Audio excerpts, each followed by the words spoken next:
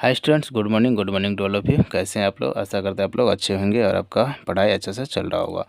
जैसे कि आपको पता है, ये हमारा मैथ सेशन है। मैथ सेशन में क्लास 10 मैथ्स हम लोग कर रहे हैं।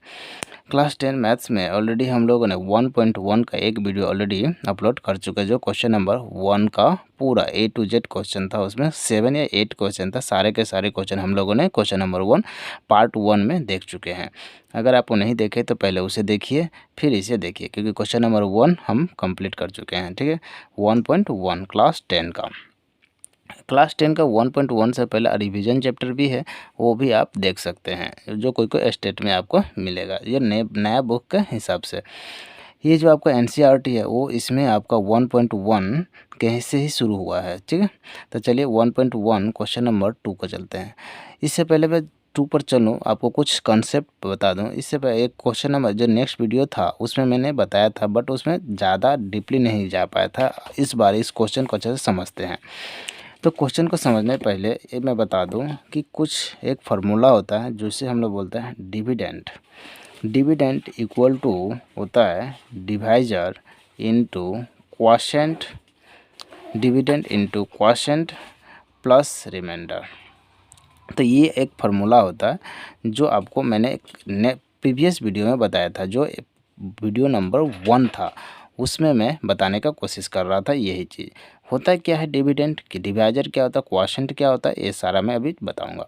देखिए, अगर किसी भी नंबर्स को, मान लीजिए ये नंबर है 2, या अगर हम 8 से या 9 को डिवाइड देते हैं, तो ये जो होगा ये डिविडेंड होगा, ये डिवाइजर होगा। और कितना 4 टाइम्स हो रहा है, तो ये 8 हो गया और ये 1 आ गया। ठीक है, तो यहाँ पर देखिए ये हो गया डिविडेंड, ये पार्ट डिविडेंड हो गया। डिवाइजर ये हो गया डिवाइडर, क्वोशेंट ये 4 हो गया, और रिमाइंडर क्या हो गया, ये 1 हो गया।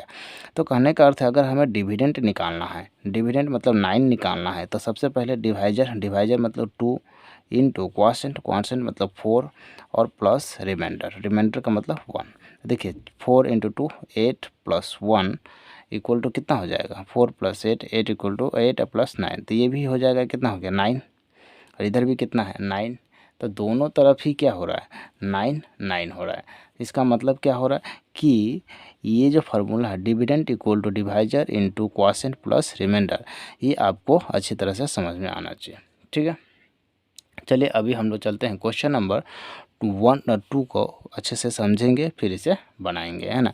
ये आप समझ गए, ये प्रीवियस जो वीडियोस था उसमें अच्छे से समझा नहीं पाए थे, इसीलिए इसमें हम अच्छे से समझा दिए। ठीक है, चलिए क्वेश्चन नंबर 2 समझते हैं। क्वेश्चन नंबर 2 जो है क्या दिया है, क्वेश्चन नंबर 2 में they so that any positive odd integer is of the form 6q plus 1 or 6q plus 3 or 6q plus 5 where q is some integer। तो यहाँ पर दिया है कि जो सो डैट करना है हमें पॉजिटिव ऑड इंटीजर को, जो 6q प्लस 1 के रूप में है ना, और 6q प्लस 3 के भी रूप में है, और 6q प्लस 5, मतलब ये सब ऑड इंटीजर है। और इसी को हमको क्या करना है, प्रूव करना है। जहाँ पर q क्या है, एक इंटीजर है, सम इंटीजर। इंटीजर का मतलब क्या होता है, कोई एक नंबर हो सकता है। इंटीजर पॉजिटिव इंटीजर भी होता है, नेगेटिव, मतलब कोई भी इंटीजर का मतलब होता है नेगेटिव भी हो सकता है, पॉजिटिव भी हो सकता है, जीरो भी हो सकता है। तो इंटीजर उसे कहते हैं। तो पॉजिटिव इंटीजर, नेगेटिव इंटीजर और एक जीरो इंटीजर होता है। इंटीजर हम आपको बाद में समझा देंगे क्या क्या होता है। ठीक है, तो क्वेश्चंस में जो क्या दिया है वो हम ले देखते हैं, है ना। तो क्वेश्चंस के अनुसार हम लोग सॉल्यूशन पर चलते हैं, सॉल्यूशन पर हम लोग बात करेंगे। ठीक है, तो यहाँ पर हम लोग क्वेश्चन नंबर 2 के अनुसार मान लेते हैं, लेट क्या माने, let A B any, let A जो है एक एनी पॉजिटिव इंटीजर है, कोई एक इंटीजर ए मान लिया हम लोग, क्या मान लिया, पॉजिटिव इंटीजर। ठीक है, इंटीजर हम बार बार बोल रहे हैं, इंटीजर वो नंबर होता है जो जैसे 1 से लेकर जितने भी नेचुरल नंबर है वो इंटीजर है। अगर जितने माइनस में चला जाए, -1 -2 -3, वो भी एक इंटीजर है। तो एक पॉजिटिव इंटीजर होता है, एक नेगेटिव इंटीजर। तो जितना नेचुरल नंबर होता है वो पॉजिटिव इंटीजर है। तो ये एक हम मान लिया एक पॉजिटिव इंटीजर है। ठीक है, एंड बी इक्वल टू हम लोग मान लिए 6q। क्या यहाँ 6q से स्टार्ट है, तो यहाँ पर हम लोग मान लेते हैं 6q। बी क्या है, 6 क्यू है। सब चीज़ आपको अभी समझ में आ जाएगा, ठीक है। आस्ते आस्ते मैं आपको बताने जा रहा हूँ। उसके बाद बी इक्वल टू 6 क्यू, ठीक है। देयर एग्जिस्ट, यहाँ पर एग्जिस्ट करता है, ठीक है। अब यहाँ पर देखना है, फुल स्टॉप में दे सकता हूँ, कॉमा दे देता हूँ। Unique integer q be the quotient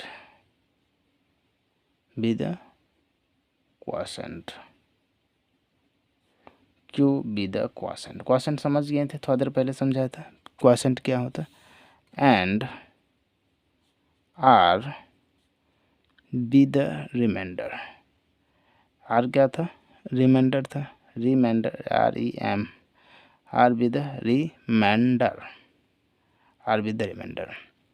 such that अब देखिए हमें निकालना क्या, तो हमें निकालना a एक पॉजिटिव इंटीजर है, तो a इक्वल टू हमें निकालना है q plus 6q plus r, remainder में r, यहाँ 1 मिला है, यहाँ 3 मिला है, यहाँ 5 मिला है, मैंने ये सब रिमाइंडर है, तो हम मान लेते हैं रिमाइंडर में एक r है, ठीक है। और हाँ, लास्ट कहाँ तक जाना है, 6 तक जाना है। क्यों 6 तक जाना है, क्योंकि ये लास्ट 5 है, तो 5 जो दिया जाए तो हमेशा हम लोग क्वोशेंट 6 तक लेते हैं, एक ज़्यादा, तब ना एक कम उससे रिमाइंडर मिलेगा हमें। तो रिमाइंडर हमेशा क्वोशेंट से छोटा होना चाहिए, सॉरी डिवाइजर से छोटा होता है। क्वोशेंट अगर हम ऐसे बोले कि 2 हो और यहाँ पर हम लोग मान लेते हैं 5, तो 2 टू जाए कितना होगा 4, और ये 1, तो वो देखिए ये जो डिवाइजर है उससे हमेशा ये छोटा ही होगा, या इक्वल भी नहीं हो सकता, हमेशा छोटा होगा, क्योंकि इक्वल होगा तो फिर 1 टाइम्स में चला जाएगा। तो हमेशा डिवाइजर जो होता है वो रिमाइंडर से बड़ा ही होगा, यानी जो रिमाइंडर होगा वो क्वोशेंट से छोटा होगा, ये चीज़ समझ लीजिएगा। तो a equal to 6q plus r क्यों लिखा, तो 6q तो हमें दिया ही हुआ, और रिमाइंडर के रूप में हम लोग क्या क्या ले सकते हैं वो हम देखेंगे। कॉमा, तो ये ले सकते हैं हम लोग 0 से बड़ा ले सकते हैं, रिमाइंडर क्या ले सकते हैं 0 से बड़ा ले सकते हैं, या फिर इक्वल भी ले सकते हैं। रिमाइंडर लास्ट में 0 भी आ सकता है, 0 का मतलब इक्वल, रिमाइंडर 0 भी आ सकता है और इसका बड़ा भी आ सकता है, 0 से बड़ा भी आ सकता है।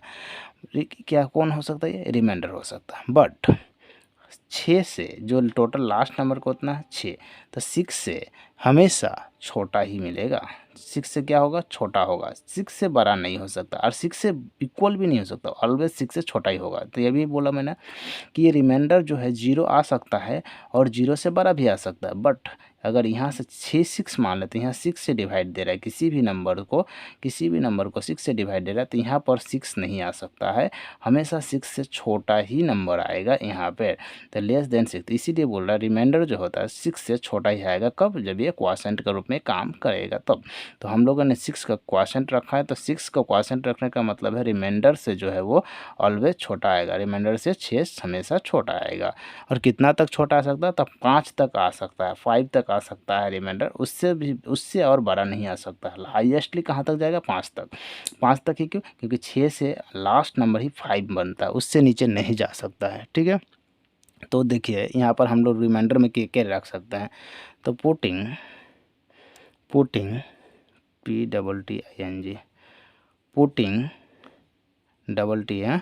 पुटिंग रिमाइंडर के रूप में हम लोग क्या ले सकते हैं, 0 ले सकते हैं, कॉमा 1 ले सकते हैं, 2 ले सकते हैं, 3 ले सकते हैं, 4 ले सकते हैं, 5 ले सकते हैं, बट 6 नहीं ले सकते। 6 लेते हैं फिर से 1 टाइम्स में लग जाएगा, इसीलिए लास्ट हमारा रिमाइंडर 5 ही तक रहेगा, 6 नहीं हो सकता है, ठीक है।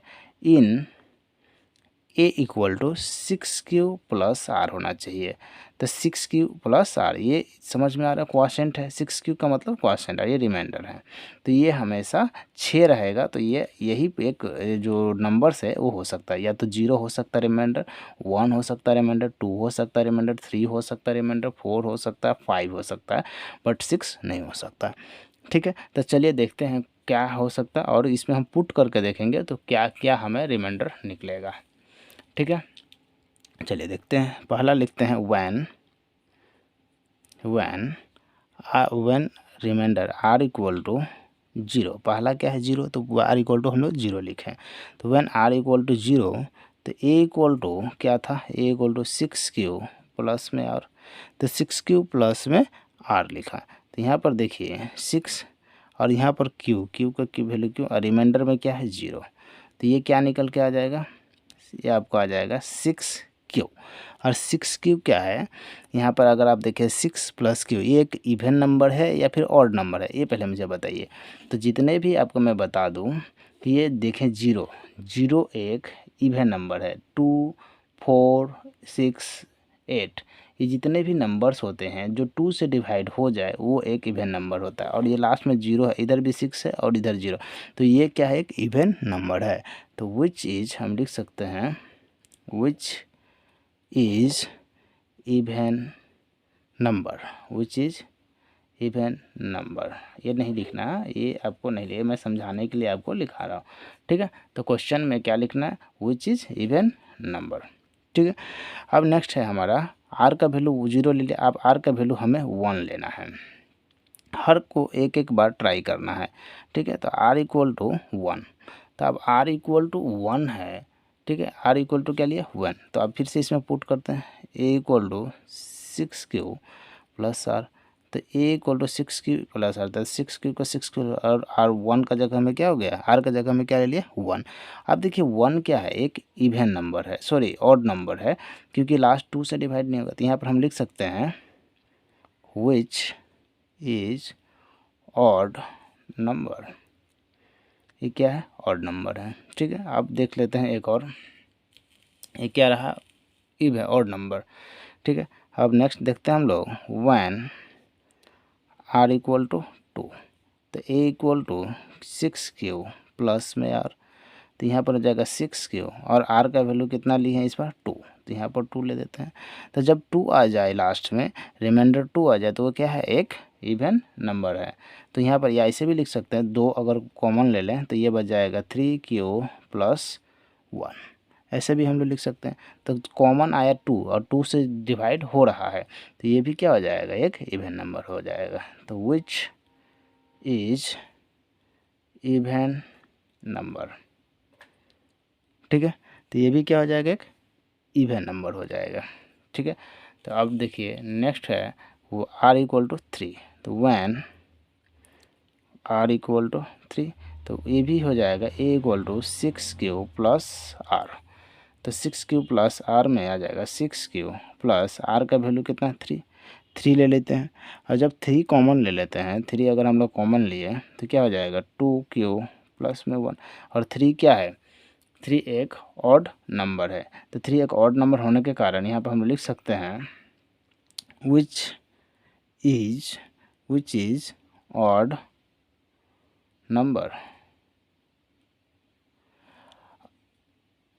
नेक्स्ट हम लोग देखते हैं R3 तक हो गया, अब R4 का देखते हैं। तो व्हेन R इक्वल टू 4, तो R इक्वल टू 4 में देखेंगे A equal to 6Q plus r, ये हो जाएगा। और 6Q प्लस आर में देखिए 6Q और R का जगह हो जाएगा 4, तो अगेन 2 कॉमन ले लेंगे, तो ये हो जाएगा कितना 3Q प्लस 2, और ये जो देखिए 2 दिया हुआ, तो 2 क्या हो गया, एक इवन नंबर है। तो वह विच इज इवन नंबर, ठीक है।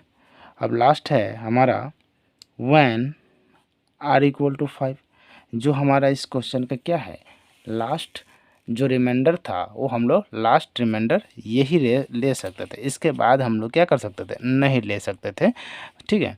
तो ये हमारा बच गया लास्ट। तो चलिए देखते हैं इससे भी, A equal to 6Q plus R, तो ये हो जाएगा 6Q और आर का वैल्यू कितना है 5, और यहाँ 5 देखिए 5 क्या है, और एक ऑड नंबर है, तो यहाँ लिख सकते हैं विच इज ऑड नंबर, ठीक है। तो विच इज ऑड नंबर, ठीक है। अभी आगे देखते हैं हम लोग, आगे में देखिए क्या दिया हुआ है। तो हमारा क्या आ गया, आर इक्वल टू 5 में 6Q प्लस 5 निकल के आ गया, और इसी तरह देयरफॉर हम लोग लिख सकते हैं, देयरफॉर क्या क्या निकला 6Q प्लस 1, ये एक ऑड मिला, 6Q प्लस 3 ये भी एक ऑड मिला, और 6Q प्लस 5 ये भी क्या मिला, ऑड मिला। तो ये सारा का सारा क्या है, आर ऑड इंटीजर। ये क्या है, ऑड इंटीजर है। तो हैंस हम लोग बोल सकते हैं हैंस एनी कोई भी एनी पॉजिटिव ऑड इंटीजर, कोई भी जितने भी पॉजिटिव ऑड इंटीजर है, जितने भी odd integer is any positive odd integer is of the form, जो किस फॉर्म में होना चाहिए, 6Q plus 1 comma 6Q plus 3 अथवा 6Q प्लस 5 में होना चाहिए। तो इस तरह रहेगा तो क्या होगा, ये ऑड होगा, और यही हमारा क्या हो गया, आंसर हो गया। तो आई थिंक ये आपको समझ में आया होगा। क्वेश्चन नंबर ये आपका कितना था, 2 था, जो बहुत ही आसानी तरीक़ा से हम लोगों ने बनाया। एक क्वेश्चन इसमें और देखेंगे जो क्वेश्चन नंबर 3 है।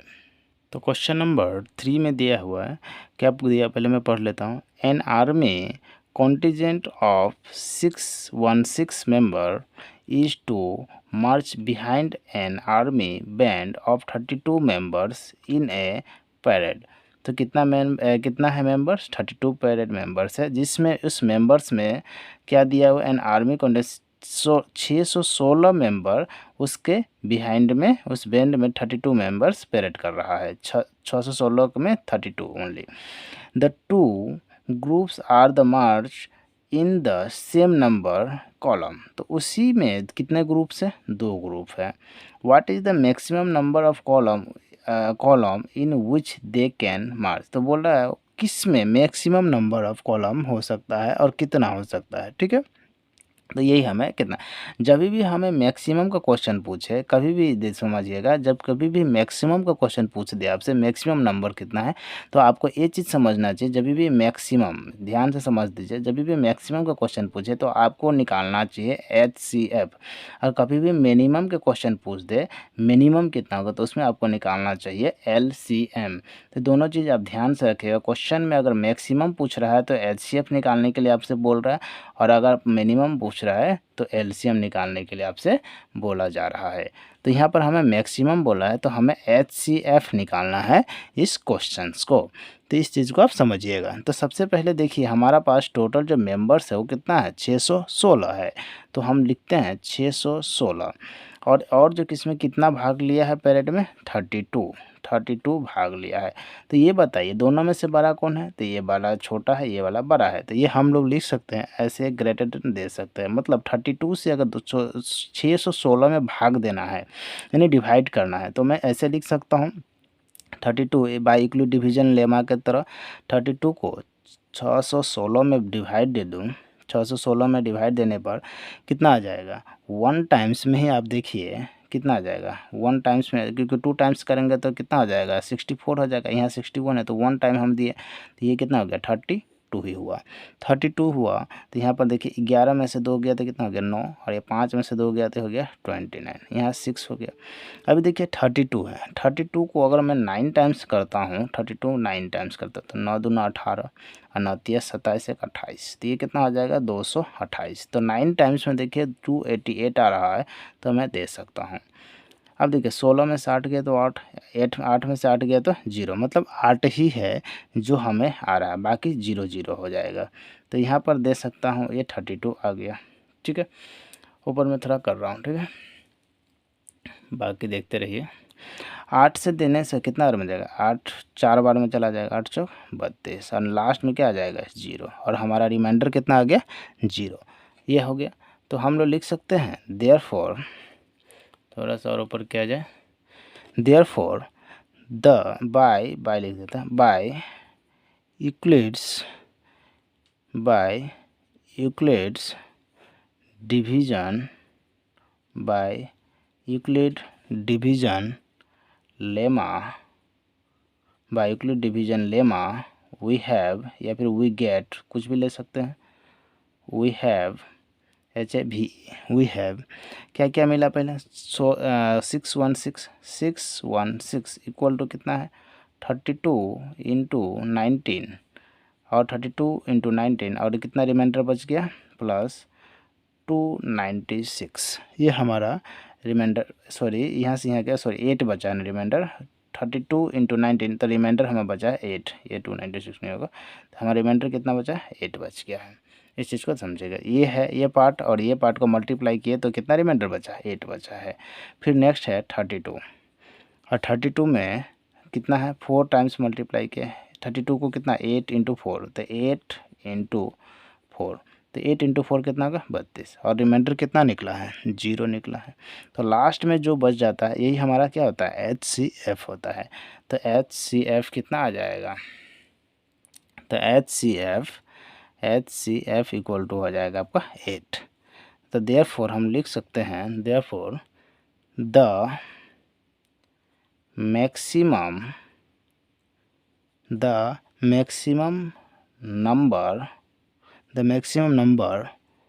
of column